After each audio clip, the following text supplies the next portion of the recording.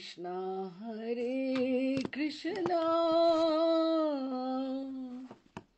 Krishna Krishna Hare Hare Hare Ram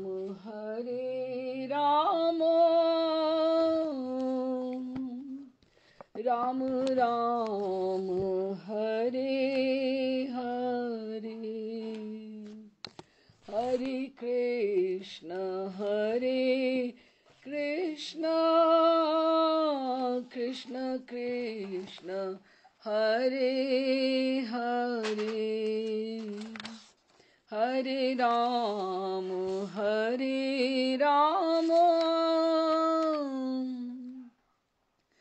Ram Ram Hare Hare Hare Krishna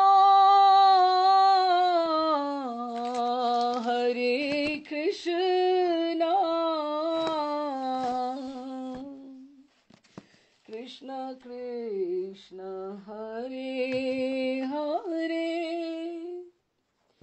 Hare Rama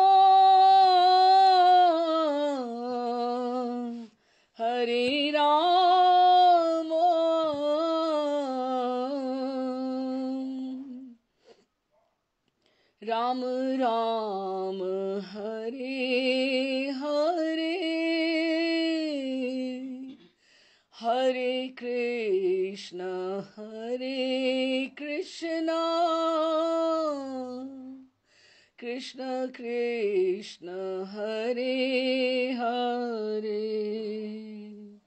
Hare Ram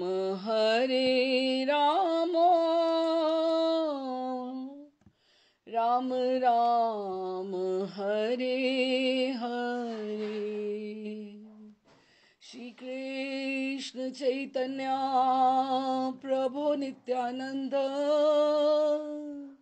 Shri Advaita Gadadhar Shivasadi Gaur Bhakta Vrinda Shri Rupa Sanatana Bhat Raghunath Shri Jeev Gopal Bhat Das Raghunath एही छे गोसाई कौरी चरण वंदन यहाँ हैते विघ्नाशे अभीष्ट पुरन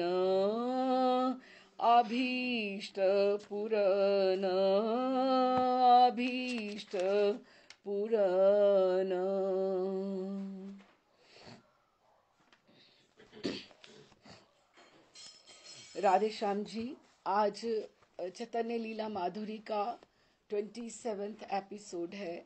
तो हम जैसे ठाकुर जी का वहाँ पे नवदीप धाम में प्रकाश हुआ है भक्त के रूप में, धीरे धीरे सब जो हैं उनके जो पार्षद हैं, अनन्य पार्षद है, वो वहाँ पे जुट रहे हैं संकीर्तन के लिए।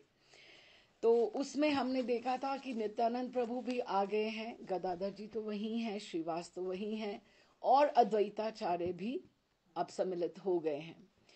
तो अभी एक बार संकीर्तन के समय में ठाकुर जी गौरहरि, जब ठाकुर जी यहाँ गौरहरि ही हैं, तो वो याद कर रहे हैं पुंडरीक विद्यानिधि को, जहाँ हमने छोड़ा था।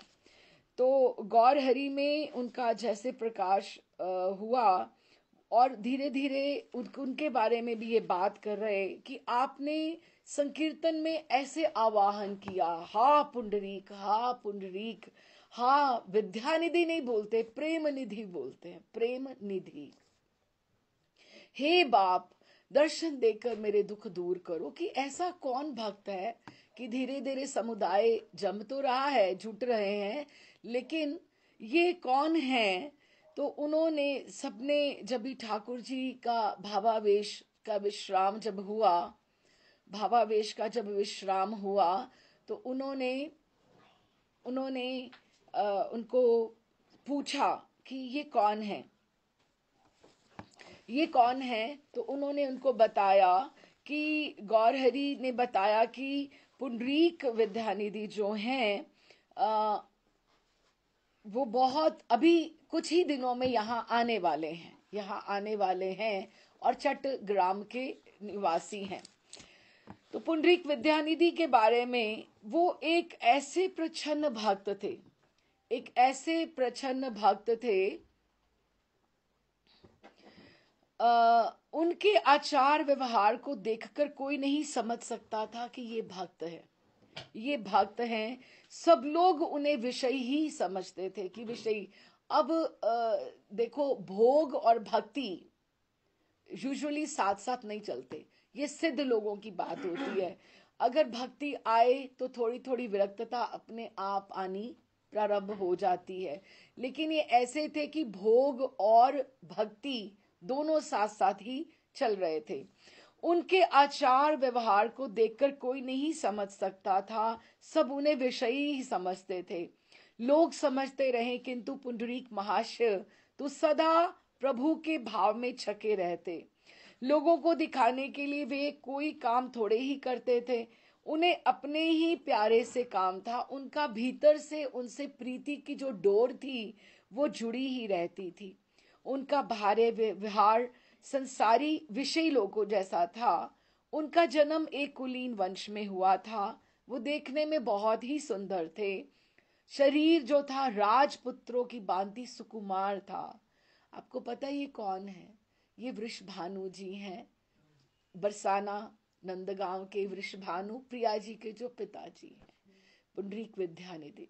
ठीक है, लेकिन इसमें अब बता रहे हैं वो देखने में बहुत ही सुंदर थे। शरीर राजपुत्रों की भांति सुकुमार था। अत्यंत ही कोमल और चिकने काले उनके घुंघराले बाल थे। वे उनमें सदा बहुमूल्य सुगंधित तेल डालते। शरीर को उपटन और तेल फुलेल से खूब स्वच्छ रखते। बहुत ही महीन रेशमी वस्त्र, रेशमी जैसे सिल्कन धोती अच्छे से सुंदर पहनते। कभी गंगा स्नान करने नहीं जाते।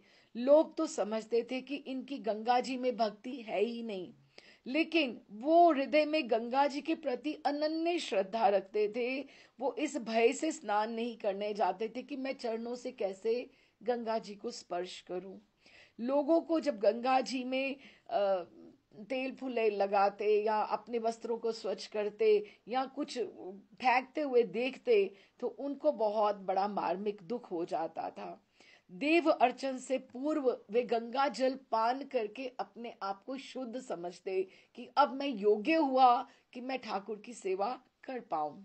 इस प्रकार उनकी सभी बातें लोक बाह्य थी कि लोगों को समझ में नहीं आता था, इसलिए लोग उन्हें घोर संसारी कहकर उनकी कुछ उपेक्षा ही किया करते थे।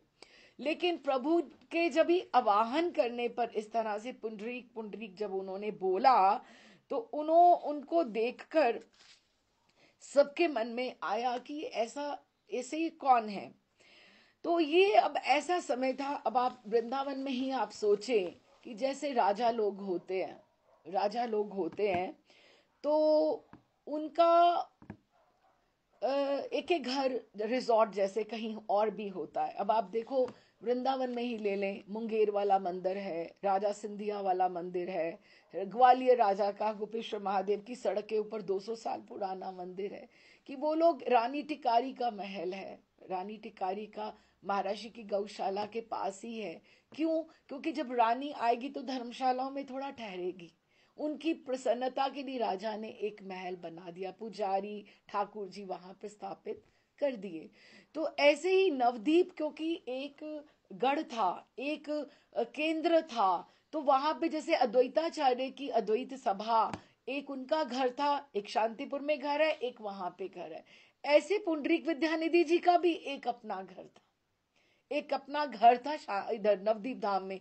तो इस तरह से जैसे वृंदावन की हम बात समझ रहे हैं कि एक घर बना के छोड़ रखा है अमीर वैभवशाली लोगों ने। तो इस तरह से नवदीप में उनका अपना घर था। तो प्रभु ने उनको इस तरह से जब बताया तो सब सर्व नियंता भगवान का जब आकर्षण हुआ ऐसे संकीर्तन में, तो विद्यानिधि बहुत शीघ्र ही नदियां में पधारे कि मेरा समय आ गया, प्रभु का आवाहन हुआ है। और वो आकर अपने घर में नवदीप धाम में वहां पर वास करने लगे आपके साथ में, क्योंकि वैभवशाली थे, हाथी घोड़े दास दासी एवं बहुत से ब्राह्मण पंडित भी थे। आप एक बड़े ही प्रतिष्ठित पुरुष हैं और आपको वैष्णव समाज में एक मुकुंद के अतिरिक्त और कोई नहीं जानता, क्योंकि मुकुंद भी चटी ग्राम के निवासी हैं। अब ये मुकुंद कौन है? मुकुंद के बारे में हम अगर समझें तो मुकुंद चट्टीग्राम के तो निवासी हैं ही हैं।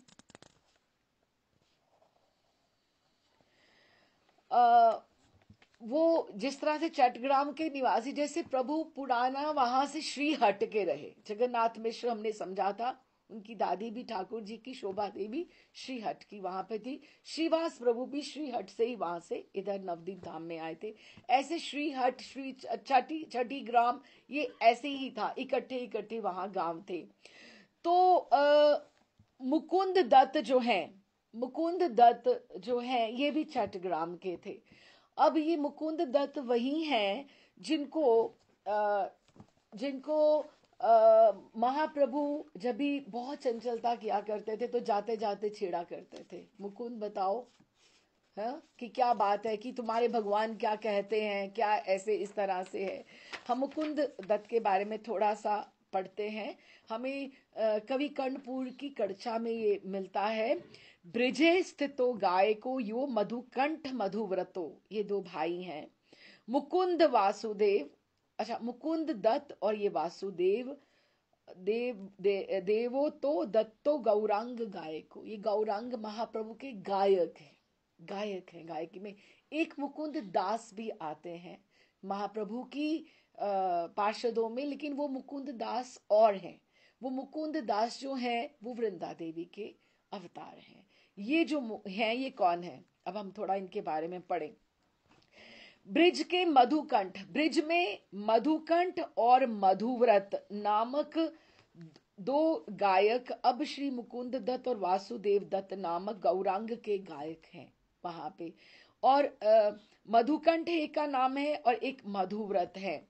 ब्रज लीला में अनेक परिवारों में विशेष ये दो गायक थे जो श्री कृष्ण की अनेकानेक लीलाओं एवं यश का गान करके सुनाया करते थे। वही दोनों सखा श्री चैतन्य लीला में मुकुंद दत्त और वासुदेव दत्त होकर रूप में प्रकटित हुए हैं। वही बात है ना, जो रोल वहां पे मिला है, सब लीलाएं साइमल्टेनियसली चलती हैं। मुकुंद दत्त और वासुदेव दोनों भाई हैं, दोनों ही संगीत शास्त्र के विशेष ज्ञाता है। वासुदेव दत्त में जो दूसरे वाले भाई हैं में प्रहलाद का भी अंश विद्यमान है। हाँ, श्री नरसिंह भगवान ने, अब देखो बात कहां तक पीछे जाती है। नरसिंह भगवान ने जब प्रहलाद से कहा मैं तुम्हें समस्त दुखों से मुक्त करता हूं, तो प्रहलाद रो पड़े। उन्होंने कहा ठाकुर, इन जगत के जीवों को दुख सागर में छोड़कर मैं अकेला दुखों से मुक्त नहीं होना चाहता हूं। कि मुझे तो आपने कर दिया, मैंने भजन किया, लेकिन इन सब का क्या होगा, हाँ, जीवों का दुख। श्री वासुदेव दत्त प्रहलाद से भी एक कदम आगे निकल गए।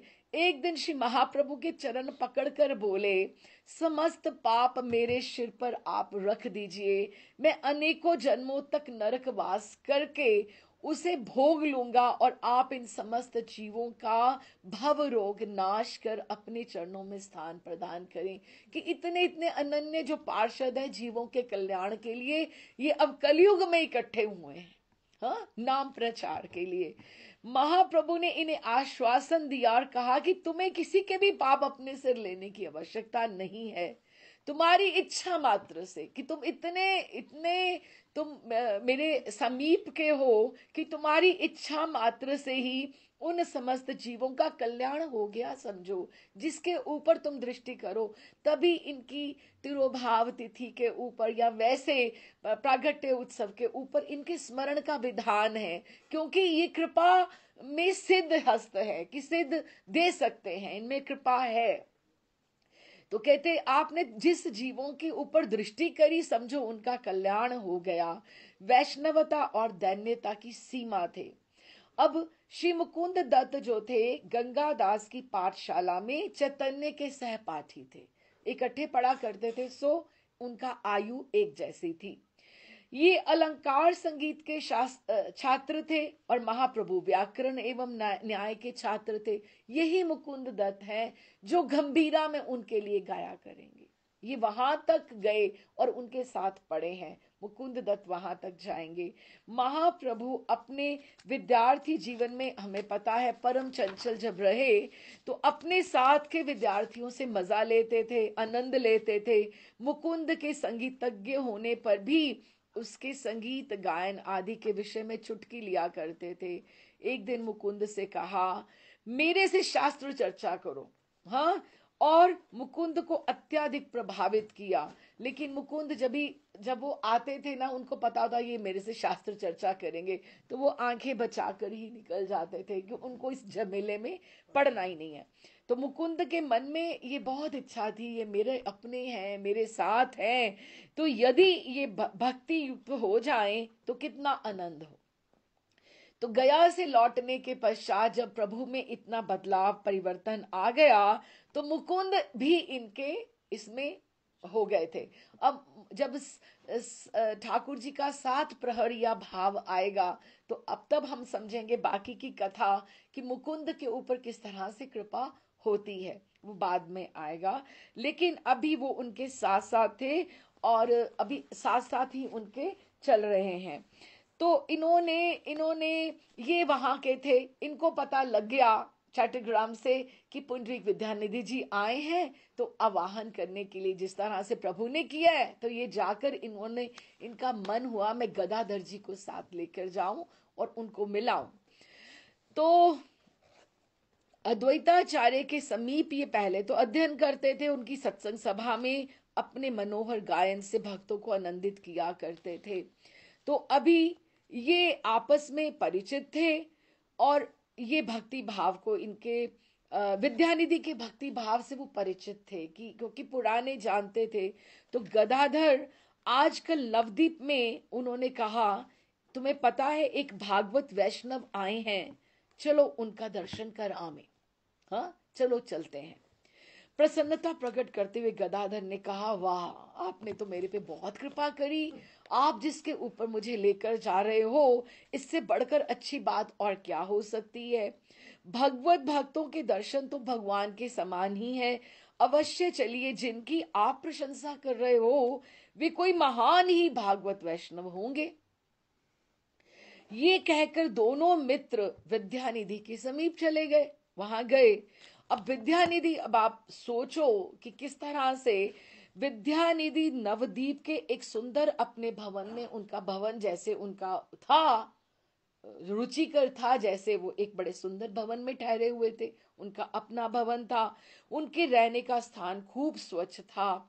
एक बहुत ही बढ़िया शैया पड़ी हुई थी, जैसे दीवान नहीं होता है सिटिंग रूम में जिस तरह से, वहां पे दीवान पे उनके चारों ओर चारों पाए, जो चारों पाए थे व्याघ्र जैसे शेर के मुख वाले, कितनी कलाकारी से बनाए हुए व्याघ्र मुख की भांति कई मूल्यवान धातुओं के साथ बने हुए थे। अब वो ठाकुर जी का सिंहासन उनका कैसा होगा, हम ये भी सोच के देखें जब उनका अपना ही ऐसा था। उसके ऊपर बड़ा ही सुकोमल वस्त्र बिछा हुआ था। पुंडरीक महाशय स्नान ध्यान से निवृत्त होकर उसी शैया पर आधे लेटे हुए थे कि थोड़ा रिलैक्स कर रहे थे, और उनके विस्तृत ललाट के ऊपर सुंदर सुगंधित चंदन लगा हुआ था। बीच में से एक बड़ी ही बढ़िया लाल बिंदी लगी हुई थी। सिर के घुंघराले बाल बढ़िया बढ़िया सुगंधित तेल डालकर विचित्र ही भांति से सजाए हुए थे।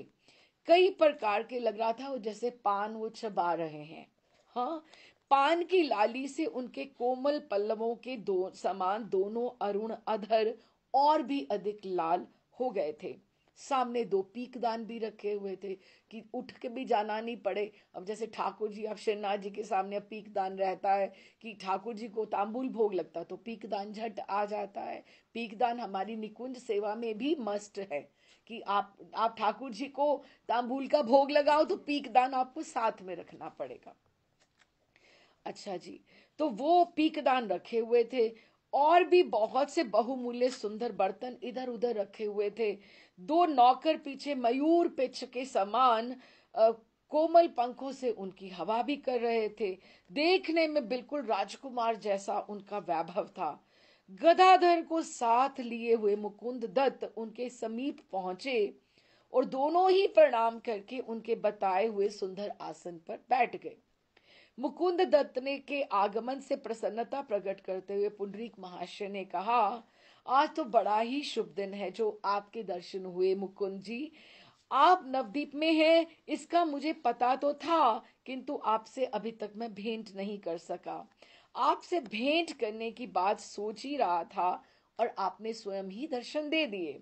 आपके जो ये साथी हैं इनका आप परिचय दीजिए, आपके साथ कौन आए हैं। मुकुंद दत्त ने शिष्टाचार प्रदर्शित करते हुए गदाधर का परिचय दिया। ये परम भागवत वैष्णव है, बाल्यकाल से ही संसारी विषयों से एकदम विरक्त है। अब विरक्त को आप लाके खड़ा कर दो एक इस तरह से, अब बीच में बात तो थोड़ा सा मन में तो आ ही जाएगी कि ये क्या सब अभिनय है। एकदम विरक्त हैं आप। मिश्र वंश के पंडित श्री माधव जी के पुत्र हैं और महाप्रभु के परम कृपा पात्र भक्तों में से प्रधान अंतरंग भक्त हैं। गदाधर जी की प्रशंसा सुनकर पुंडरीक महाशय जी ने परम प्रसन्नता प्रकट करते हुए कहा, वाह वाह वाह वाह, आपके कारण तो हमें इनके भी दर्शन हो गए। इतना कहकर विद्यानिधि महाशय मुस्कुराने लगे। गदाधर तो रहे जन्म से ही विरक्त, हाँ, और उन्होंने वे पुंडरीक महाशय की रहन सहन और ठाट बाट को देखकर विस्मित से हो गए, विचलित से हो गए और उन्हें संदेह होने लगा कि मुझे ये कहाँ ले आए, क्यों ले आए, मैं क्यों आ गया यहाँ पर, कि ऐसा विषयी मनुष्य किस प्रकार भगवत भक्त भी हो सकता है क्या। ये सदा विषय सेवन में ही निमग्न रहता हो, वो भगवत भक्ति के लिए अलग अलग समय, अलग स्वरूप, अलग भाव कैसे बना सकता है। कि अब जो हो, हम जैसे बोले कि किसी को आप एकांत में देखो वो कैसा रहता है ना, क्योंकि भक्ति और भोग आप ये सिद्ध अवस्था है, ये हर एक के साथ, हर एक के पास नहीं, सबके लिए संभव नहीं है और सिद्धों का अनुकरण हम नहीं कर सकते। और किसी का भी आप सुनो, ये जो धन होता है, धन वैभव भोग ठाट कुछ भी ना करो तो कहने में, सुनने में, बोलने में ही थोड़ा सा आपको नजर आ जाता है, उनकी टोन में ही फर्क आ जाता है कि इस तरह से। लेकिन वो कोई ऐसा कोई विनम्र हो तो इसको राज ऋषि योग कहते हैं। महर्षि बोलते हैं क्योंकि जो सामान्य लोग हैं भक्ति भी करेंगे, कोशिश प्रयास करके भक्ति भी करेंगे, स्वभाव में भी विनम्रता लेकर आएंगे, लेकिन वो धन के लिए प्रयत्न करते रहते। बहुत से जीवन काल में बहुत से लोग ऐसे हैं, वो भंडारा कराना चाहते हैं, पूजा कराना चाहते हैं, सेवा करना चाहते हैं, सब कुछ करना चाहते हैं, लेकिन पैसे के चक्कर में ये ऐसे घुसते हैं कि उनको समझ नहीं आता कि उनकी ये जरूरतें पूरी हो तो हम कहीं सेवा भी कर पाए। और कहीं वैसे ही बड़े उदार मन होते हैं कि जितना भी हो बीच में से निकाल के दे देते। लेकिन ये गया प्रसाद जी का ये है कि अगर तुम्हारा ऐसा योग है कि अगर जीवन काल में तुम्हें, अगर भगवान ने भजन का समय दे दिया है, उसके लिए रुचि दे दी है, तुम्हें किसी का संत का संग का आश्रय दे दिया है, तो भगवान से कुछ और ना मांग लेना, नहीं तो ठाकुर जी को शर्मिंदा होना पड़ेगा कि इससे अधिक मेरे पास और और कुछ है ही नहीं था, कि तुम्हें तुम्हारी जो पैसे की जो जो ठीक है वो सब कुछ अपने हिसाब से सब चल रहा है। बहुत से लोग हम अपने आसपास ही देखें, कितनों लोगों के पास भजन का समय ही नहीं है। क्यों? क्योंकि उनको उनको नहीं मिल रहा है। लेकिन अगर तुम्हें भजन का समय मिल रहा है, तुम्हें रुचि मिल रही है, एक संतों का संग समागम अगर मिल रहा है, और फिर उसमें उस पे अगर ये सोचे कि वृंदावन वास भी मिल रहा है, वृंदावन के प्रति प्रीति भी मिल रही है, गुरु का आश्रय भी मिल रहा है, एक इष्ट की कृपा भी साथ में जुड़ी हुई है, तो इसके अतिरिक्त अगर तुमने कुछ और मांग लिया, ठाकुर बोले अब और क्या, ये जो तुम्हें मैं दे रहा हूं ना, ये कितने जन्मों का ये फल है। तो ये राज ऋषि योग है। इस बात का को सोच के कभी हम देखें, और फिर देखो स्वस्थ है, स्वस्थ है, शारीरिक कोई प्रॉब्लम नहीं है, कुछ नहीं है। So we should try to make the most of it, most of it. घड़ी का ठिकाना नहीं है, घड़ी का ठिकाना नहीं है। ठाकुर से प्रीति लगाते चलो, डोरी बांधते चलो, कसते चलो ठाकुर को। तो ये जो है, ये हरे के बस की बातें नहीं है। तो उन्होंने ये जब सब ये देखा, तो उन्होंने उन्होंने मुकुंद दत्त श्री गदाधर के भावों को ताड़ गए। उनको लगा कि ये अपराध हो रहा है, हाँ? इसीलिए उन्होंने, वो तो जानते थे, उनको पुराने प्राचीन से जब वहां बचपन से जानते थे, इसलिए उन्होंने पुंडरीक महाशय के भीतरी भावों को प्रकट कराने के लिए निमित्त श्रीमद् भागवत के दो बड़े ही मार्मिक श्लोकों का अपने सुकोमल कंठ से, गायक तो थे ही वो, सुकोमल कंठ से स्वर और लय के साथ धीरे धीरे गायन किया। उनमें परम कृपालु श्री कृष्ण की अहेतु की कृपा, कि ठाकुर से कृपालु और कोई करुणामय कोई और हो ही नहीं सकता।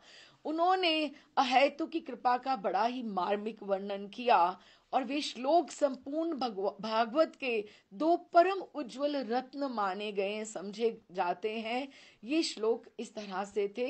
एक तो तीसरे भागवत के तीसरे स्कंद का दूसरे अध्याय का 23वां श्लोक है, और एक 10वें अध्याय का 6वें स्कंद का 10वें स्कंद का 6वें अध्याय का 35वां श्लोक है।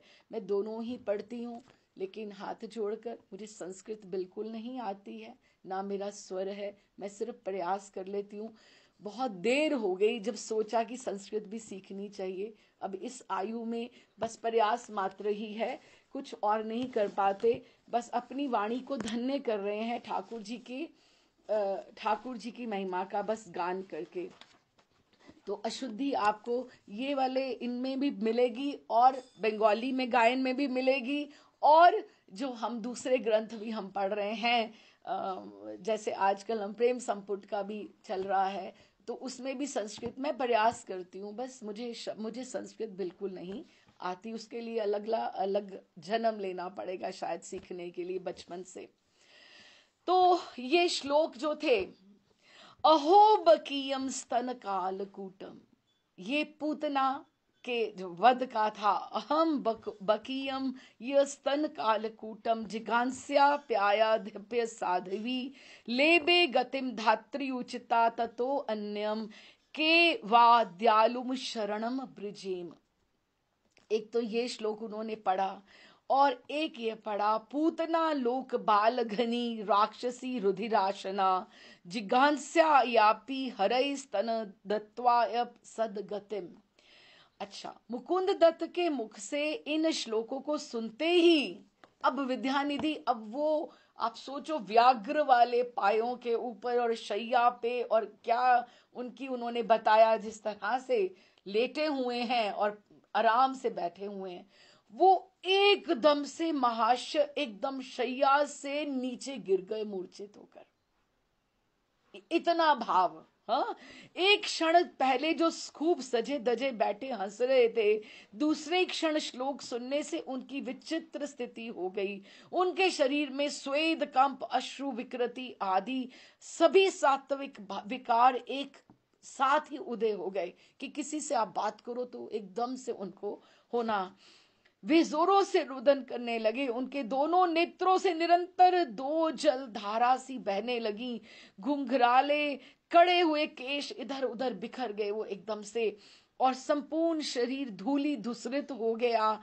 दोनों हाथों से वे अपने रेशमी वस्त्रों को चीरते हुए जोर जोर से मुकुंद से कहने लगे, फिर से पढ़ो मुकुंद, फिर से पढ़ो, बोलो ना, बोलो ना। इस अपने सुमधुर गायन से मेरे कर्ण रंध्रों में फिर से अमृत सिंचन कर दो। मुकुंद फिर उसी लय के साथ स्वर के साथ श्लोक पाठ करने लगे। ओहो बकीयम सियस्तन कालकूटम, वो बार बार करने लगे। वो जो जो श्लोक का पाठ करते त्यों ही त्यों पुंडरीक महाशय की बेकली और बढ़ती जाती थी।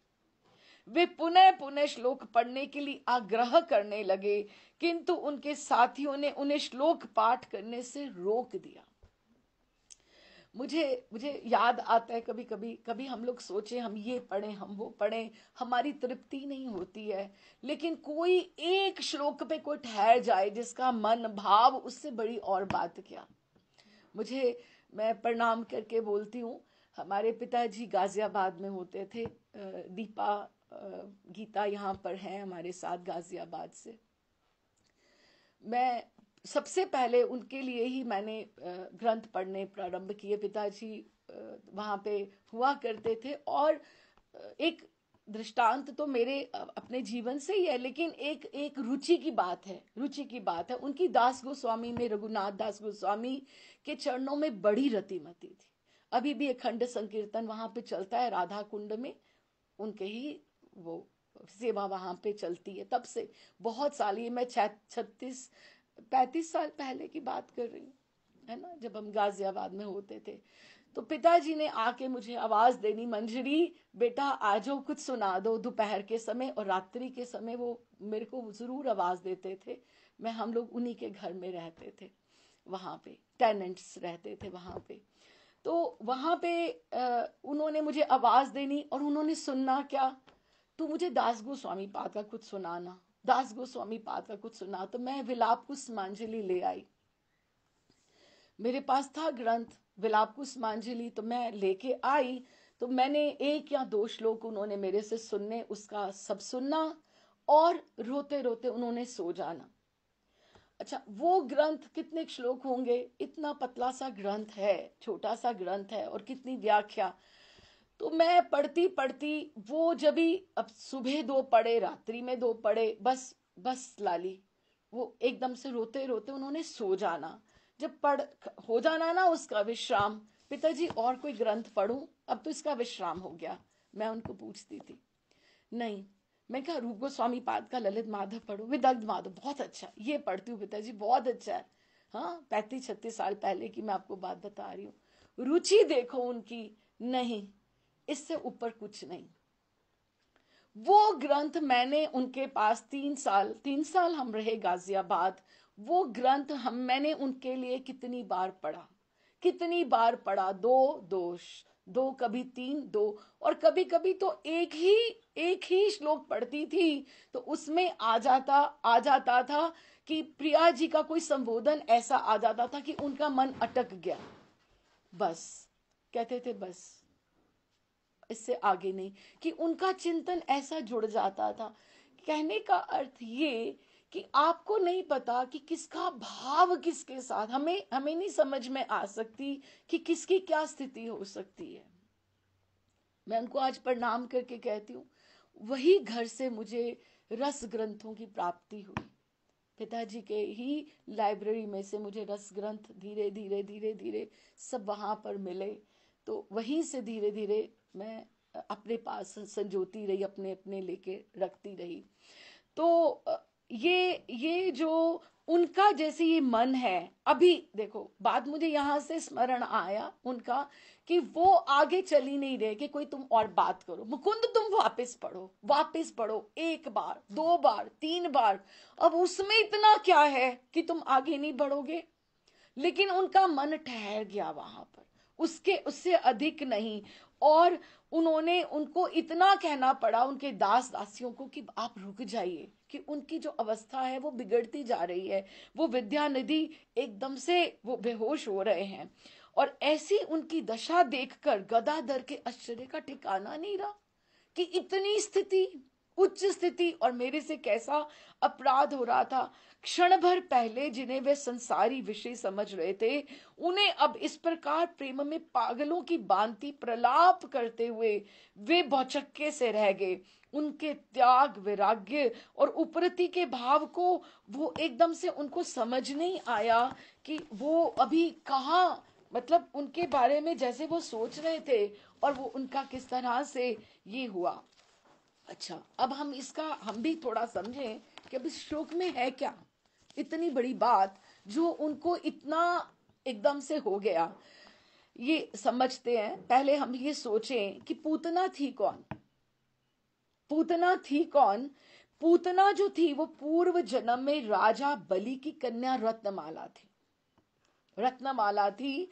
उसने जब सांवरे सलोने छोटे से बालक जब ही ठाकुर जी वामन के रूप में आए, तो उसके हृदय में ऐसा मातृवत स्नेह उदित हो आया कि इतने सुंदर, बलि की वो पुत्री है, हाँ, तो उसने कहा, उदित हो आया कि इसे तो मैं गोद में लेकर मेरा मन होता है कि मातृवत इसको मैं दुग्ध पान करवाऊं। यही मातृभाव का आभास था। और उसे स्तन पान कर, अब देखो बात कुछ नहीं है, छोटी है, लेकिन ठाकुर ऐसे हैं, तुम्हारी कोई डिजायर हो उनके प्रति, इच्छा हो, आकांक्षा हो, वो उसके लिए तुम्हें और जन्म भी देके वो पूरी कराएंगे। तुम जोड़ो तो सही, मैं तुम्हारे लिए ये करना चाहता हूं। उसने क्या बोला? फिर उसने ये बोला कि मुझे मातृभाव का आभास आ गया, स्तन पान कराने के लिए वो उनको यहां ले आया। किंतु जब श्री वामन भगवान ने विशाल 3 पदों में राजा बलि का सर्वस्व हरण कर लिया, तो रत्नमाला ने तभी मन में क्या कहा? हाय हाय, ये तो बड़ा कपटी निकला। हाँ, मेरे पिता को इसने इतना धोखा दिया, इसे तो मैं विष देकर अभी मार डालूं।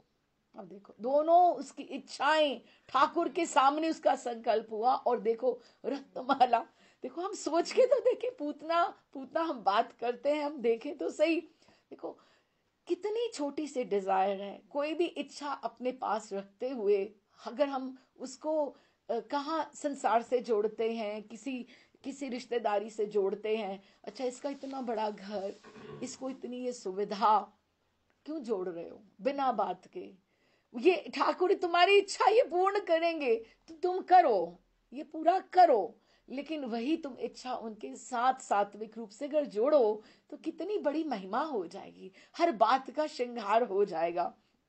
अच्छा, तो रत्नमाला ने, हाय ये तो बड़ा कपटी निकला, इसे तो मैं विष देकर अभी मार डालूं। और देखो ठाकुर ने कितना ध्यान रखा कि उसने उसको माता के रूप में कहा। विष यूं ही पकड़ाने वाली बात नहीं थी, माता के रूप में उनको बोला था। अच्छा, उनके इन्हीं दोनों वासनाओं की भक्त वांछा कल्प तरु भगवान श्री कृष्ण ने पूतना वध लीला में पूरा किया है। आखिर थी तो उनके भक्तराज बलि की कन्या थी। बलि ने उनके लिए इतना किया, तो वो उसकी इच्छा क्यों नहीं पूरा करते? और उसे उसे धात्री गति दी। अब यही बात आई ना बीच में कि उनको लेभे गति धात्री उचिता ततो अन्यम, हाँ, कम वा दयालु शरणम ब्रजेम, कि इनसे अधिक श्रद्धालु, सॉरी, करुणामय और कौन हो सकता है? श्री सुखदेव जी कहते हैं, हम भागवतम से 10वें स्कंद में से हम बात इसकी पढ़ रहे हैं थोड़ा सा, कि पूतना एक राक्षसी थी। लोगों के बच्चों को मार डालना, उसका खून पी जाना उसका काम था। हम देखें, हम थोड़ा सा कंपैरिजन करके देखें कि अगर साधक को भक्त के में और पूतना में क्या फर्क है? और ठाकुर तो वही है, उनकी करुणा में तो कोई अंतर नहीं है ना। ये उसका काम था, फिर भी उसे सदगति मिली। ऐसी स्थिति में जो पर ब्रह्म परमात्मा भगवान श्री कृष्ण को श्रद्धा और प्रिय लगने वाली समर्पित करते हैं, उसने क्या अर्पण किया था? विष अर्पण किया था। और आप ठाकुर जी को वो अर्पण करो जो उनको अच्छा लगता है। तो फर्क आएगा ना, अंतर आएगा ना। और उसके संबंध में तो कहना ही क्या है, भगवान के चरण कमल सबके वंदनीय हैं, ब्रह्मा शंकर आदि देवताओं के लिए भी वो तो भक्तों के हृदय की पूंजी है। जब भी वो उसको स्तन पान करा रही थी ना, तो ठाकुर ने धीरे धीरे स्तन पान करते करते उसको, वो ठाकुर जी तो उसको छोड़ ही नहीं रहे। कहते, महर्षि कहते हैं मेरी मजबूरी है, मुझे पकड़ना आता है, मुझे छोड़ना आता ही नहीं है, मुझे छोड़ना आता ही नहीं है। और सुखदेव जी कहते हैं, ये मैंने ऋषि श्री राधा गोविंद देव की कथा में एक बार सुना, राधा गोविंद महाराज इस्कॉन के जो है, कहते ऐसे लग रहा था जैसे पूतना इतनी बड़ी राक्षसी वो अपने स्वरूप में आ गई जब उड़ी, तो ऐसे लग रहा था जैसे उसके गले में छोटा सा बालक, हाँ 6 दिन का तो था, 6 दिन की तो ठाकुर है, जैसे नीले रंग का पेंडेंट पहना होता है, और ठाकुर ने उसको ऐसे पकड़ा हुआ है, हाँ पकड़ा हुआ है उसको गले से, जैसे हार बन गया। कितना सुंदर, आप सोच के देखो। फिर उसने क्या किया, वो पीछे करे, मुंच मुंच उसको बोले कि आप पीछे हटो, लेकिन वो नहीं हट रहे। उसने ठाकुर के दोनों चरण पकड़ लिए, दोनों चरणों से उसको पीछे हटने की कोशिश कर रही है। अब देखो, ये ठाकुर के चरण, छोटी बात है, जो हृदय की पूंजी हैं, यही सुखदेव जी लिखते हैं कि जो हृदय की पूंजी हैं, उन्हीं चरणों से भगवान ने पूतना का शरीर दबाकर दबाकर उसका स्तनपान किया। माना कि वे राक्षसी थी, परंतु उसे माता के समान पालन करने वाली धात्री वर्ग के ऐश्वर्य प्रधान सालोक्य को उसने प्राप्त किया। फिर जिन गैयाओं के स्तन का दूध पान ठाकुर करते हैं, उन गैयाओं के बारे में ठाकुर उनको क्या गद्दी नहीं देंगे। हाँ, फिर और प्रेम से जिसका पीते रहे ठाकुर, उन गैया माताओं की तो बात ही क्या है। हाँ, फिर इनमें ये सुखदेव जी कहते हैं, ठाकुर जी की दिव्य गुण कृपालुता का वर्णन किया है कि देखो, वो हत्या की इच्छा से आई थी पूतना को, जो ना तो भक्त थी ना अभक्त थी, उसकी तो इच्छा ही कोई और थी, वो तो अपने कार्य के लिए राक्षसी बन के वहां से आई थी। और जब उसको सदगति की बात आई, उसे कृष्ण लोक में धात्री की प्राप्ति हुई, धात्री की, और कृष्ण लोक में तब उदासीन भाव से भी जो व्यक्ति ऐसे ही, वो ना तो भक्त थी ना अभक्त थी, लेकिन उदासीन भाव से भी भगवान को उत्कृष्ट वस्तु, कोई इत्र, कोई पुष्प, कोई पोशाक, कोई भोग उनकी रुचिकर प्रेम से कोई अर्पण करे, तो उसकी क्या गति हो सकती, ये हम तुलना कर सकते हैं इस बात को। और उसके संबंध में तो कहना क्या, जो भक्त श्रद्धा सहित भगवान की प्रिय वस्तु उन्हें अर्पण करते हैं, उसको क्या गति प्राप्त होगी और क्या नहीं होगी। तो और फिर ये देखो, ठाकुर जी को स्तनपान करने का सौभाग्य, कराने का सौभाग्य देवकी माँ को भी नहीं मिला, यशोदा मैया को ही एक सौभाग्य मिला, ठाकुर जी को उन्होंने स्तनपान करवाया। और यशोदा का स्थान सबसे पृथक और सर्वोत्कृष्ट है। फिर हमने एक और बात करी थी, अगर पीछे बहुत शुरू शुरू में, कि ये जो श्रीवास जी की पत्नी है मालिनी देवी, और ये नारायणी जो चैतन्य भागवत के वृंदावन दास ठाकुर की, वो जो उनकी भतीजी हैं, ये धात्री रही, अंबिका और किलंबिका, नंद भवन में, जो उनको भी ये धात्री की गति प्राप्त हुई। और धात्री की गति ये क्या कर रही हैं इधर चैतन्य चरितामृत में, ये पूरी के पूरे पार्षद आए हैं, और उनका क्या काम था कि बच्चे को खिलाना। तो ठाकुर जी का कहने का अर्थ ये कि धात्र्य उचित गति ही पूतना को प्राप्त हुई। ये उन्होंने, ठाकुर जी ने लिखा, अहो बकीयम य स्तन कालकूटम, जो इस तरह से भी आई है थी, लेबे गति धात्र्य उचिता, उनको भी धात्री की गति उसको प्राप्त हुई। यशोदा जी के निवास स्थान के प्रकाश में श्री कृष्ण की धात्रीगण जो अंबिका किलंबिका उनका ठाकुर जी का ध्यान रखती, उसी कैटेगरी में ठाकुर जी ने उनको रखा। ये जो छोटी छोटी बातें हैं ये हमें प्रेरणा देती हैं कि कोई जो भक्त और अभक्त कुछ भी श्रेणी में नहीं आती और किस भाव से आती है और क्या विष भी अर्पण करती है, अगर उसका ठाकुर इतने करुणामय है तो आपको अगर मन से आप कुछ करें तो आपको क्या ना वो दे दे। अच्छा जी, तो ये अब उनकी स्थिति हुई। अब उनके नेत्रों से टपर टपर अश्रुपात होने लगे, शरीर में अष्ट सात्विक भाव की तरंगे झलकने लगी। हाँ, ध्यान हम दें कि जो एक विषय पुरुष एकदम से सुसज्जित होकर तकिया लगा के आराम से एकदम से बैठे थे, इस तरह से उनका ये सब कुछ एकदम से भाव ही बदल गया एकदम से।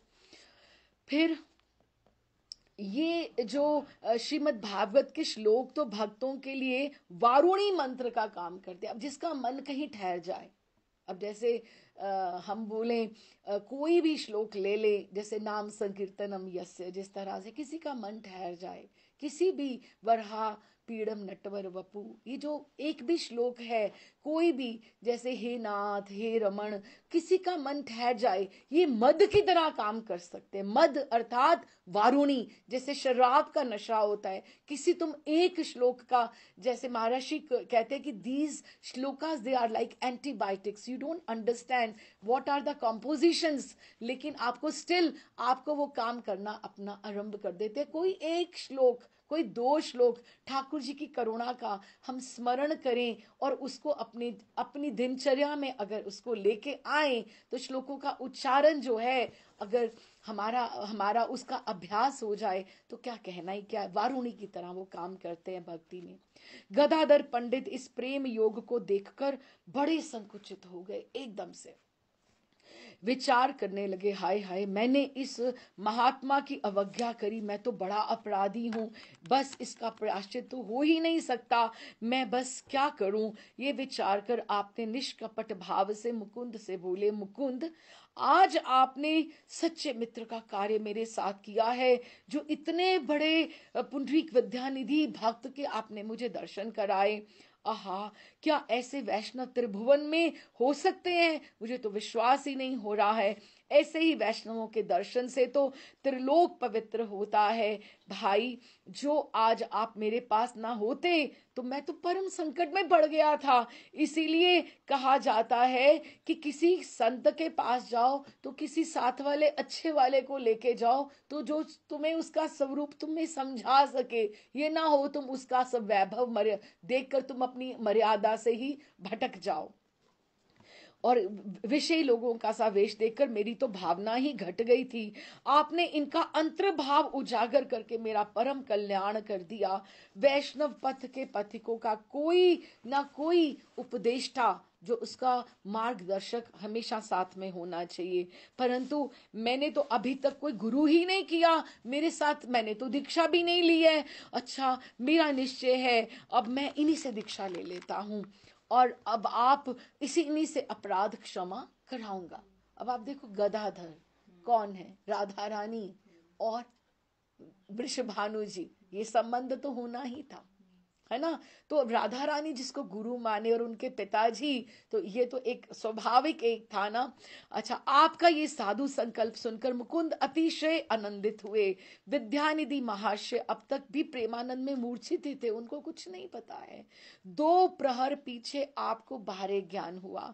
मुकुंद ने गदाधर पंडित की और श्री पुंडरीक विद्यानिधि से प्रार्थना जब करी कि दयालो, जब वो कॉन्शियस हुए, उनको सचेतन हुए, आपका संसारिक ऐश्वर्य देखकर इनके मन में आपके प्रति कुछ इस तरह से अपराध की भावना हो रही थी और उसका प्रायश्चित करने के विचार से ये आपसे क्षमा याचना कर रहे हैं और आपसे याचना कर रहे हैं कि अगर आप इन्हें मंत्र दीक्षा आप दे दें तो आप बाल्यकाल से ही कृष्णचंद्र में भाव भक्ति रखते हैं, शिशुकाल से ही आपने गौर हरि के भाव को समझा है।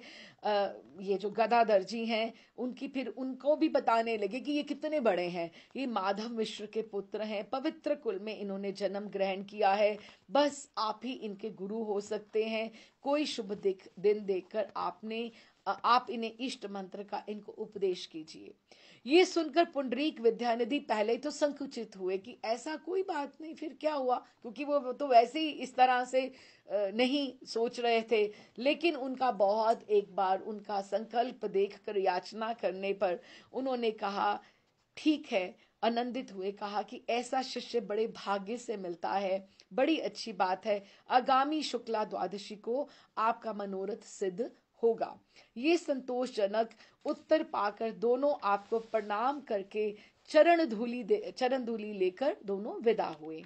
गंगा तट पर होते हुए मुकुंद तो अपने घर चले गए और गदाधर ने श्री गौर किशोर को सब जाकर ये समाचार बताया कि ऐसे ऐसे हुआ और मैंने ऐसे ऐसे निश्चय किया, अब आप क्या कहते हैं। श्री गौर हरि सुनकर मुस्कुरा दिए। उनको उन्होंने कहा कि नहीं, बहुत अच्छा है ऐसा।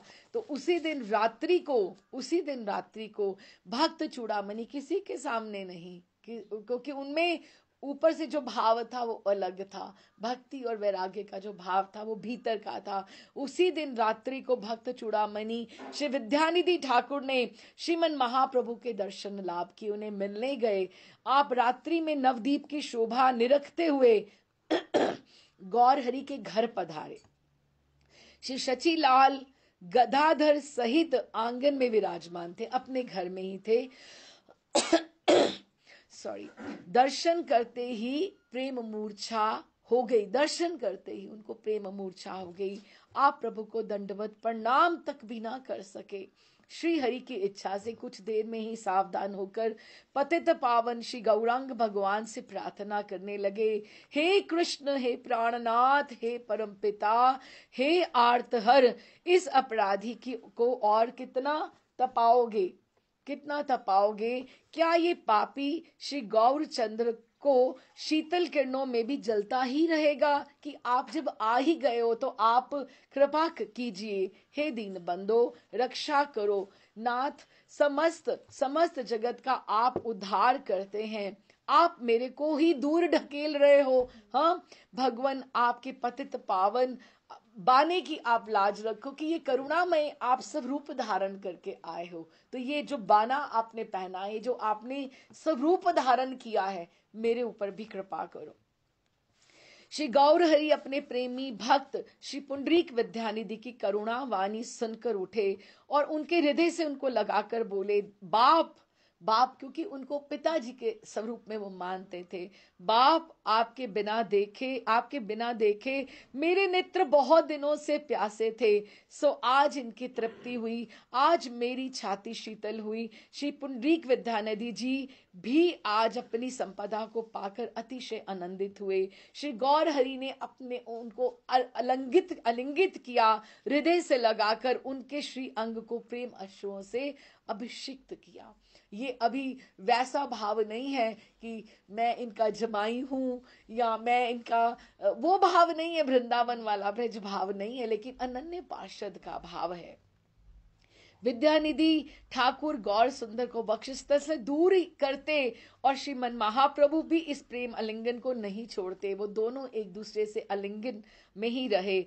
इस प्रकार एक प्रहर पर्यंत भक्त और भगवान एकाकार जैसे एकीभूत दूसरे को मिलते रहे। अनंतर श्री हरि को जब बाहरे ज्ञान हुआ तब कहने लगे, आहा, आज श्री कृष्ण ने मेरी वांछा सिद्ध करी, आज सारे मनोरथों का सार मिल गया। ये हरि कह रहे हैं कि सार मिल गया और आज मेरे लिए सुप्रभात हुआ। जो प्रेम निधि के दर्शन हुए, अनंतर भक्तों को संबोधित करते हुए बोले, भक्तों, इनकी पदवी पुंडरीक विद्यानिधि है, करतार ने इनको प्रेम भक्ति वितरण करने के लिए ही रचा है। अब तक पुंडरीक विद्यानिधि बाहरी ज्ञान शून्य थे, अब बाहरी ज्ञान होते ही आप श्री गौरहरि के चरणारविंद में लौटने लगे। अनंतर श्री गौरहरि की आज्ञा पाकर सबको दंडवत प्रणाम करके अपने निवास स्थान को पधारे। तो ज्येष्ठ शुक्ला द्वादशी के दिन शुभ मुहूर्त में श्री गौरहरि की अनुमति ली पहले गई, और गदाधर पंडित ने ये ज्येष्ठ शुक्ला द्वादशी ये अभी अभी अभी गई। ज्येष्ठ शुक्ला द्वादशी की अनुमति लेकर गदाधर पंडित ने श्री पुंडरीक विद्यानिधि से मंत्र दीक्षा ग्रहण की। नदिया के भक्त वृंद में श्री पुंडरीक विद्यानिधि का ठाकुर का नाम भी बड़े आदर से लिया जाता है। उनको प्रेम निधि कहा करते थे। आपकी महिमा अपार है। जिनके शिष्य गदाधर जी हैं, हाँ, उनकी महिमा का गान कौन कर सकता है। आप जो प्रेमनिधि हैं, आप प्रेम धन देने में समर्थ हैं। एक इनकी ये वहां पर भी एक और लीला है, छोटी सी लीला है कि ये जब भी नीलाचल में प्रभु चले जाएंगे, कभी बीच में नहीं भी आए तो हम अभी इसका गान कर लेते हैं। जब भी ये नीलाचल में जाएंगे, देखो कुछ ना कुछ एपिसोड से हमें कुछ सीखने को मिलता है। दोष दृष्टि नहीं होनी चाहिए किसी के प्रति।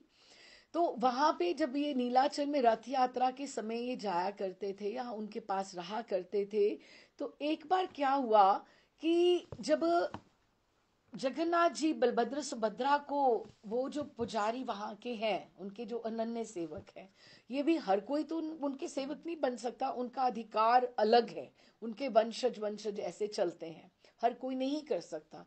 जैसे हमारे राधा रमन जी के आप कोई भी नहीं कर सकता सेवा, गोस्वामी जी को ही अधिकार है ना उनको स्पर्श करने का। तो उन्होंने वहां जब दर्शन किए तो उनके मन में ये अपराध आ गया कि जगन्नाथ जी को ये इतना बड़ा बड़ा ये वस्त्र जिसमें ये मांड लगी होती है, मांड आप समझते हैं, है ना, स्टार्च। तो वो जो लगी होती, क्योंकि मांड जो होती है वो चावल के कच्ची रसोई मानी जाती, अशुद्ध मानी जाती है, क्योंकि पक्की रसोई और कच्ची रसोई हर चीज में फर्क रहता है ना। तो अभी जैसे फुल्का भी होता है, एक परांठा भी होता है, पूड़ी को हम पक्की रसोई बोला जाता है। तो ये जो चावल होती वो कच्ची रसोई बोला जाता है, कि किसी के सबके हाथ का खाया भी नहीं जाता कच्ची रसोई, है ना। तो वो उन्होंने कहा कि ये तो अशुद्ध मानी जाती है। तो ये ठाकुर जी को इतने बड़े बड़े, इतने जो जैसे वो हार्ड से होते हैं वस्त्र, ऐसे इनको कराने की धारण क्या जरूरत है। तो उन्होंने उनको बोल भी दिया। तो वहां तो यही मर्यादा होगी कि ऐसे ही वस्त्र पहनाए जाते हैं। अब श्रीनाथ जी में तो बहुत सुकोमल वस्त्र धो के और एकदम से महीन, कि आजकल वैसे भी हमें भी ऐसे ही सोचना चाहिए, जैसे बाजार में जैसे पोशाकें मिलती हैं, इतना वो कैनवस लगी हुई और बुकरम इतना लगा हुआ और हार्ड, जैसे ठाकुर जी को कष्ट होता है इन चीज़ों से, तो बड़ी सॉफ्ट से क्लॉथ की, एकदम से नर्म जैसे हो, उनको पहनने में सुविधा हो, उनके श्री अंग को भी कोई कष्ट ना हो। तो ऐसे, तो उनके मन में ऐसे उनके प्रति थोड़ा सा बात आई और उन्होंने उनको बोल दिया। वो चुप हो गए। रात को जो पुंडरीक विद्यानिधि सोए, अब देखो, अब हम तो उनकी महिमा का गान कर रहे हैं, है ना। तो अब ये उनके सेवकों की महिमा, जगन्नाथ जी के सेवकों की महिमा का आप सुनिए, कि वो दोष दृष्टि हो गई ना, कि आप कुछ गलत कर रहे हो जी, आपको पॉइंट आउट किया गया, है ना, और आप इतने सालों से सेवा में हो। तो उन्होंने रात्रि में कृष्ण बलराम, जगन्नाथ बलभद्र कृष्ण बलराम ही तो हैं, कृष्ण बलराम आए और उन्होंने खूब पुंडरीक विद्यानिधि को ये चांटा, हमारे सेवकों के प्रति तुमने ऐसी कैसे बात करी। यहाँ तो ठाकुर उनकी महिमा गाते गाते नहीं थक रहे, है ना। तो उनको खूब चांटा उनको, कि खबरदार मेरे सेवकों के प्रति तुमने ऐसी बात सोची। तो अब ये एपिसोड किस लिए है, ये हमें बताने के लिए कि हमें किसी के प्रति, सेवकों के प्रति दोष दृष्टि पुजारियों के प्रति नहीं करना चाहिए। देखो जी ये करता है, ये वो करता है, ऐसा बात दोष दृष्टि नहीं करनी चाहिए। अच्छा, प्रभु ने वो प्रेम पुंडरीक विद्यानिधि ने जाकर गौरहरि को बोला भी, आपके कृष्ण बलराम ने उनको जाकर बोला भी, आपके कृष्ण बल कंप्लेन करी, आपके कृष्ण बलराम ने देखो हम मेरे गाल सुझा दिए हैं, मेरे गाल सुझा दिए हैं।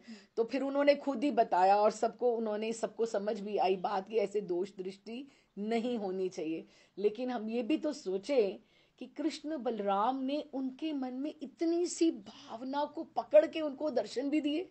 अब ठाकुर की को का दंड खाने के लिए भी कौन कौन योग्य है? आप ये भी तो सोचो, हमारे से भी कितने अपराध हो जाते हैं, लेकिन क्या हमें ठाकुर स्वप्न में आकर दंड देते हैं क्या? हमारी गाल सूझते हैं क्या? ना, क्योंकि ये बात है ना कि वो योग्य भी है कि कौन उनसे कृष्ण बलराम के दर्शन कर पाए और कौन उनका दंड भी सहन कर पाए। तो ये बड़ी मधुर लीला है हमें समझाने के लिए। अच्छा जी, तो अब उनकी दीक्षा हो गई उनकी, ये क्योंकि प्रेम धन देने में ये समर्थ है स्वयं, इसीलिए उनको प्रेम निधि बोला जाता है। और श्री वृंदावन दास ठाकुर का कथन है कि जो सज्जन श्री पुंडरीक विद्यानिधि की कथा श्रद्धा पूर्वक पठन व श्रवण करेंगे वो उस प्रेम निधि का अंश प्राप्त करेंगे। इसीलिए हम जो ये फलश्रुति है हम उसको प्रणाम करते जाएं कि उनको अवश्य ही कृष्ण चरणार विंद प्राप्त होंगे, क्योंकि हम भी उस श्रेणी में आ गए कि हमने उनका मन से गुणगान किया। विद्यानिधि ठाकुर श्री हरि की इच्छा से नवदीप में ही रहने लगे। अब उन्होंने आज्ञा दी थी कि आपका यही घर है, आप यहीं रहिए, आप बड़े धनी हैं, आपके यहाँ वैष्णव उचित जो जो भी व्रत महोत्सव होते हैं बड़े ठाट बाट से होते हैं। तो फिर आज आपके यहाँ उन्होंने घोषणा कर दी कि राधाष्टमी है तो राधाष्टमी मेरे यहाँ ही होगी। अब वृषभानु है जी है तो उनमें मन में स्वाभाविक ही वो भाव है कि राधाष्टमी मेरी लाली का है। अब गदाधर भी शिष्य हो गए, अब भीतर से तो सबको पता ही है ना कि कौन राधा रानी और कौन वृषभानु है, ये तो हमारे लिए ही ये प्रच्छन्नता है ये सारी की सारी। तो ठाकुर भी मान गए कि आपके यहाँ ही राधाष्टमी का उत्सव होगा, ठाट बाट से होगा राधा रानी का उत्सव, जिसमें गौर किशोर स्वयं आज कृष्ण बन के पधारे हैं। गोप वेश धारण किया उन्होंने, चूड़ा पहना है, मोर पंख लगाया है, क्योंकि उनकी प्रियतमा का आज की जन्म दिवस की मंगल बेला है। राधाष्टमी के दिन ठाकुर जी कौन, चैतन्य महाप्रभु गौरांग गौर हरि गोप वेश में वन्य वेश में ऐसे वजंती माला पहनी और खूब उन्होंने वैसे श्रृंगार किया। और तो और आज जितने जितने भी पार्षद हैं सभी गोप वेश में आए हैं, सभी गोप वेश में आए हैं उन्होंने, क्योंकि आज राधा रानी की मंगल जन्म की बेला है।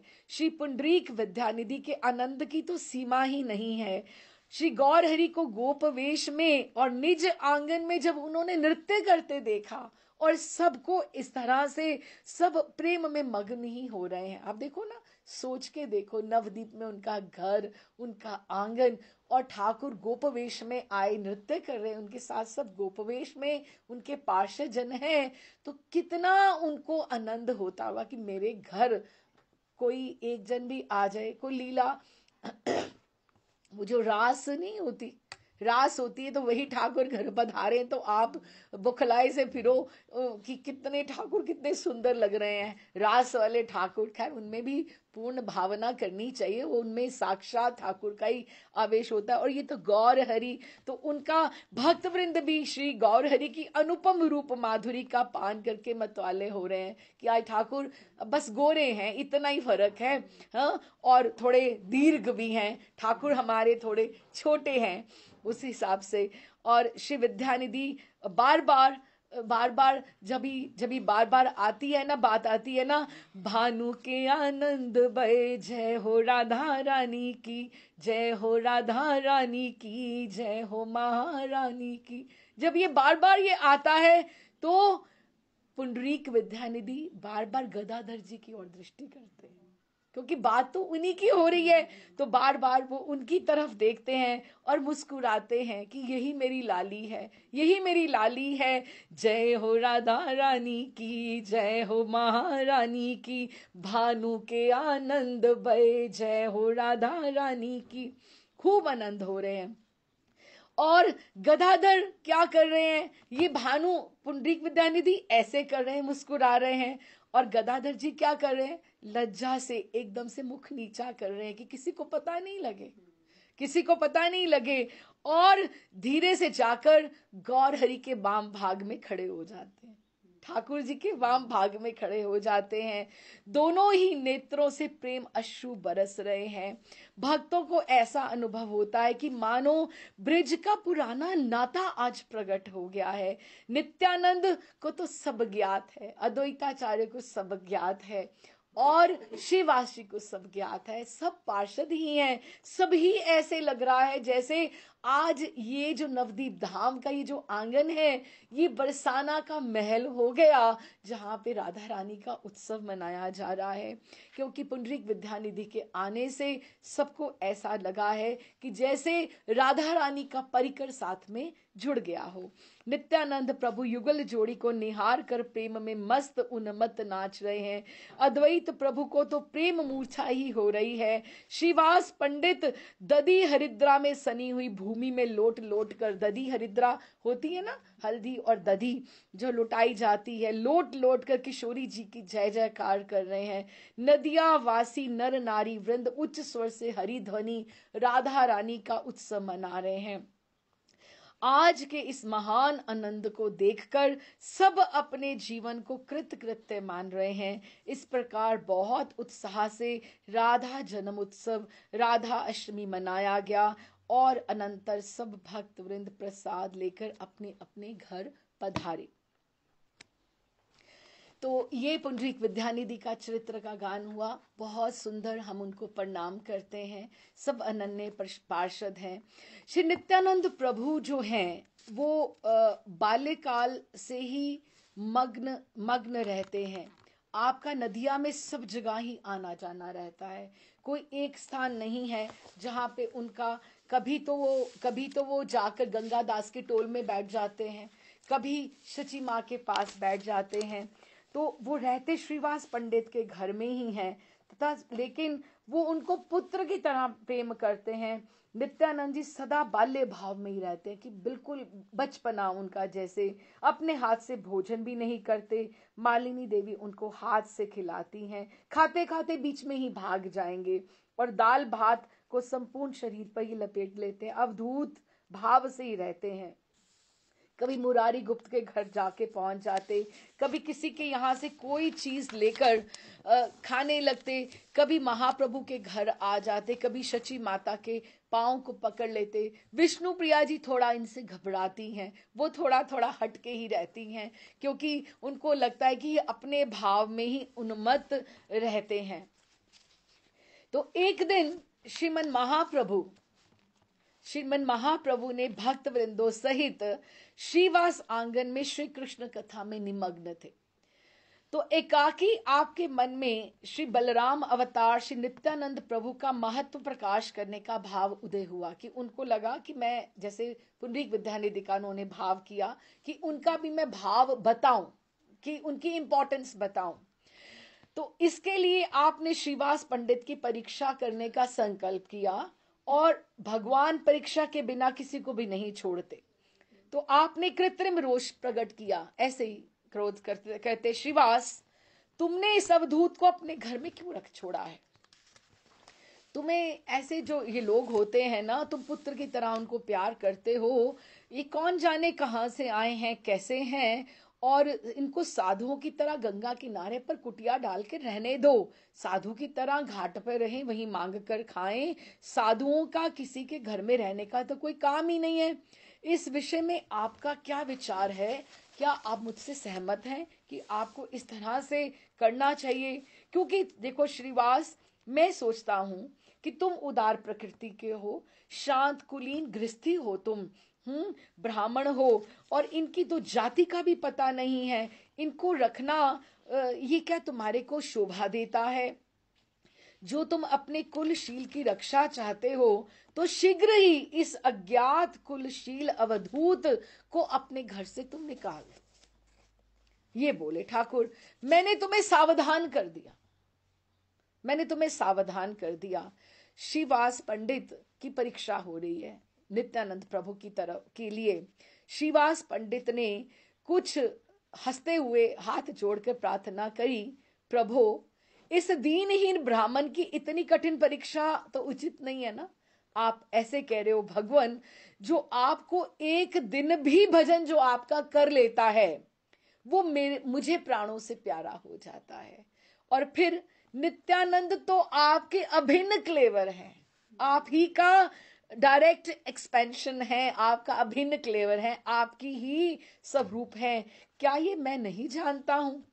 श्रीमन महाप्रभु श्रीवास पंडित का नित्यानंद प्रभु में इतना भाव देखकर बड़े प्रसन्न हुए और बोले, पंडित तुम धन्य हो, जो मेरे नित्यानंद के प्रति तुम्हारा इतना प्रेम है। तुम्हें मैं बताऊं, अब ये इनको क्यों बता रहे हैं? अब इसकी भी, ये जो श्रीवास जी है ना, ये नारद जी का अवतार है ना, ये नारद जी का अवतार है।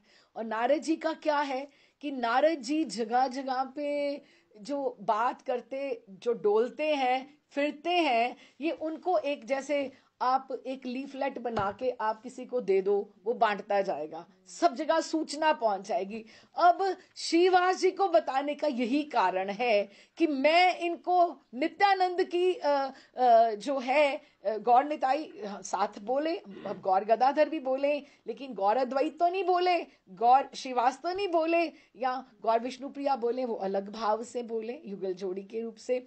लेकिन उन्होंने उनको इसी तरह से उनको बताया कि मैं तुम्हें सच में बोलता हूं, नित्यानंद मेरा गुप्त धन है और इसको तुम ही ने जाना है, जो अपने तुम इसको घर में तुम इस तरह से अपना समझ के आप इनको आपने आश्रय दिया है। मैं तुमसे अत्यंत प्रसन्न हूं और तुमको ये वर देता हूं, जो यदि लक्ष्मी जी को भी कभी भीख मांगनी पड़े, लक्ष्मी जी को भी, तब भी आपके घर में दरिद्रता नहीं आ सकती। और आपके घर में कुत्ता बिलाप कोई कीड़ा तक भी हो तो उसके में भी मैं भक्ति का दान देता हूं। अब आप ये सोचो कि नित्यानंद प्रभु में जिसकी श्रद्धा हो, ठाकुर उस पे क्यों ना रीझे।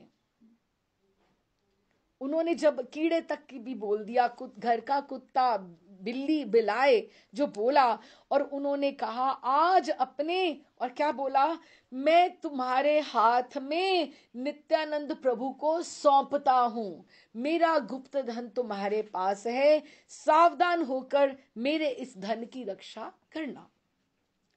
श्री गौरहरि ने नित्यानंद तत्व श्रीवास पंडित को प्रदान किया। इसका यही गूढ़ रहस्य है कि श्रीवास पंडित, जिसका इंटरनेट स्ट्रांग होता है ना, जिसका ये स्ट्रांग होता है कि किस किस को ये बताना है, वो नारद अवतार हैं। और नारद जी का ये स्वभाव है, जो उनको चीज प्रिय लगती है वो सब में मिल बांट के खाएंगे, सब कुछ खाएंगे।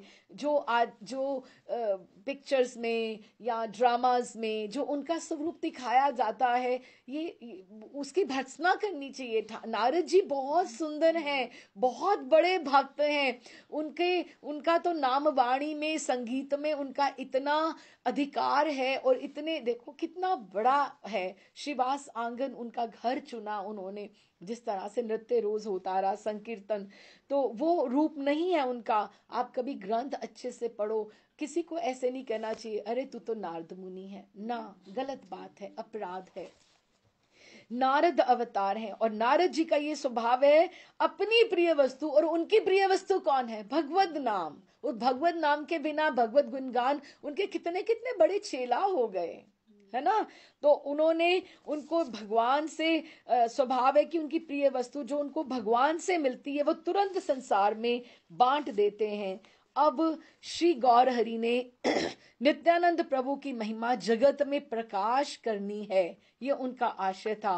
कारण ये, क्योंकि नित्यानंद प्रभु में जब तक भक्ति नहीं होगी, उनके चरणों में प्रीति नहीं होगी, तो भगवान अपना रास्ता खोल ही नहीं सकते हैं। इसीलिए अटल सिद्धांत है, तभी निताई गौर, निताई गौर आता है। इसीलिए सो भक्ति का प्रचार करने के लिए श्री गौर हरि ने प्रथम भक्ति के आचार्य श्रीपाद नित्यानंद की प्रभु की भक्ति को प्रचार करने के लिए बिल्कुल सही उचित ऐसे ऐसे पार्षद को चुना, नारद जी को, श्रीवास पंडित को, सूत्र उसको सूचना पत्र दे दिया, सूचना पत्र लीफलेट कि बांट आओ, बांट आओ, दिया गुप्त धन लेकिन तुम बांट आओ, है ना। बस श्री गौर हरि आपके घर से चले ही थे, वो घर गए और वो श्रीवास जी खूब नदियां में गली गली में घूम घूम कर एक एक भक्त के घर में जाकर श्रीमन महाप्रभु प्रोक्त ये बात नित्यानंद तत्व का कथन सबको बताने लगे कि आपको पता है नित्यानंद गुप्त धन है, नित्यानंद भक्ति कितने करुणामय हैं। और खूब जोर शोर से प्रचार कर दिया थोड़े ही समय में, पूरा प्रचार। और अब तो नदियावासी नर नारी निताई चांद में बड़ी भावना करने लगे, क्योंकि ठाकुर को है मेरे आगे, मेरे लिए तो कर रहे हैं, मेरे नित्यानंद के लिए किसी से अपराध नहीं हो जाए, वो मुझसे भी आगे है, जो पहले निताई चांद की कृपा को प्राप्त करेगा वही मुझे प्राप्त कर सकता है। तो इसीलिए नित्यानंद प्रभु के बारे में फिर शची माता कैसे उनमें दर्शन करेंगी, और ये शची मैया और विष्णु प्रिया जी के प्रति जैसे आगे भाव आएगा।